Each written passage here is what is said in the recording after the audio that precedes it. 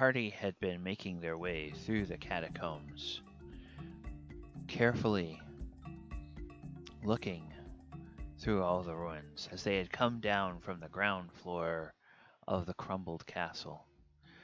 Rachel the rogue had discovered and disarmed several traps, and a number of weak undead had tried to attack them, as well as some gigantic spiders and other more mundane monsters.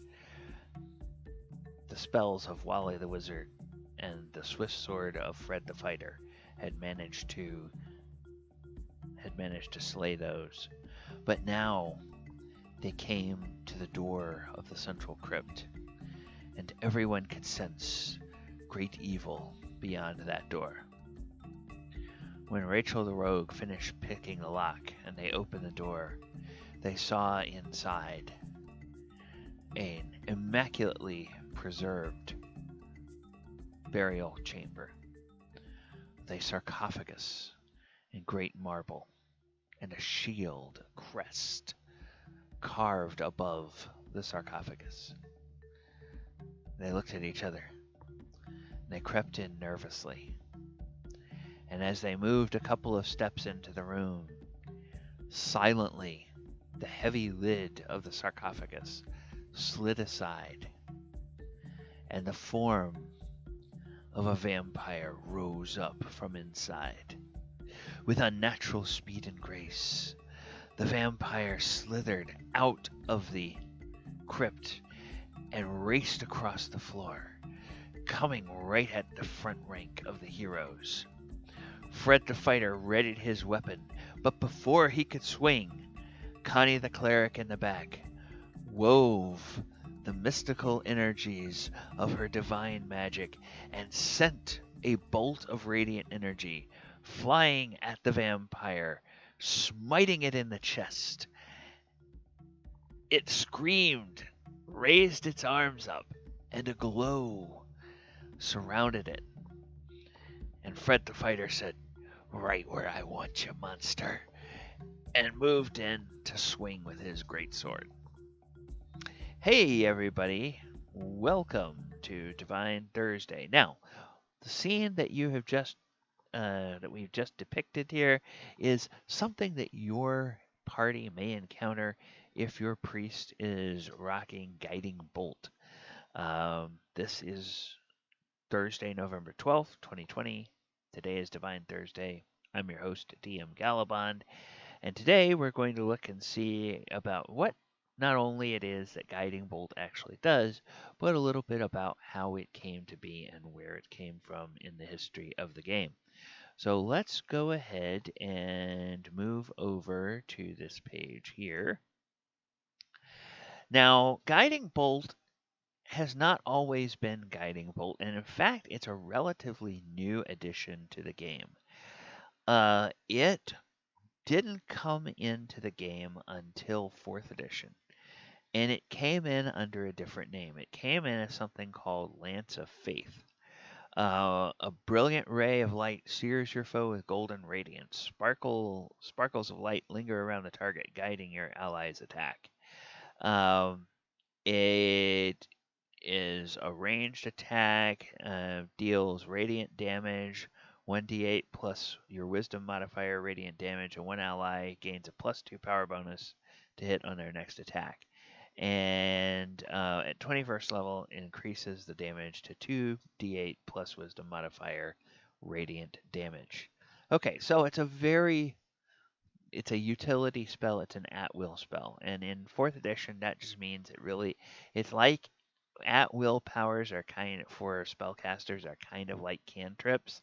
They scale up in power depending on what level they come in, but they don't take any spell slots, and you can just cast it all day long, and you never run out of the ability to cast at-will powers. The mechanics for 4th edition were very different than the mechanics for, everything else, every other edition of the game.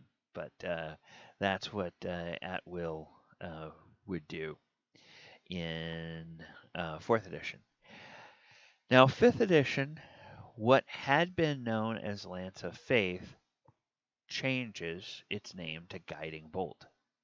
And again, it's a first level spell, requires one action, range 120 feet, but it will use a spell slot, so you can't just cast an unlimited number of them. And because of that, they did up the damage a little bit. So the description, however, reminds us that it did come from Lance of Faith. Flash of light streaks toward a creature of your choice within range. Make a ranged spell attack. On a hit, the target takes 4d6 radiant damage, and the next attack roll made against the target before the end of your next turn has advantage, thanks to the mystical dim light glittering on the target until then. So, now, Lance of Faith requires the bonus to be given to an ally. Guiding Bolt just requires the bonus to be the next attack before the end of your next turn. So, theoretically, your if nobody else attacks that particular target, you could be the one that gets to use the bonus, the have advantage on the attack in the next round if nobody else attacks it. But more than likely, in a party situation, you're going to attack, and then one of the other party members is going to attack the same monster. And as long as you hit, they get advantage on that. All right, so that is Guiding Bolt. And of course, being radiant damage, it's very effective against undead and against other types of things that don't like radiant damage. Against celestial creatures, not so much, because they either resist or flat out ignore radiant damage, so it won't really do much of anything to them. All right, that's it for today's Divine Thursday. I have been your host, DM Gallibond. If you like everything that we're doing here on the channel, please subscribe to the channel, like the video, share the video, click that post notification bell so that you can be notified every time new content drops on the channel. Thank you for dropping by today and watching.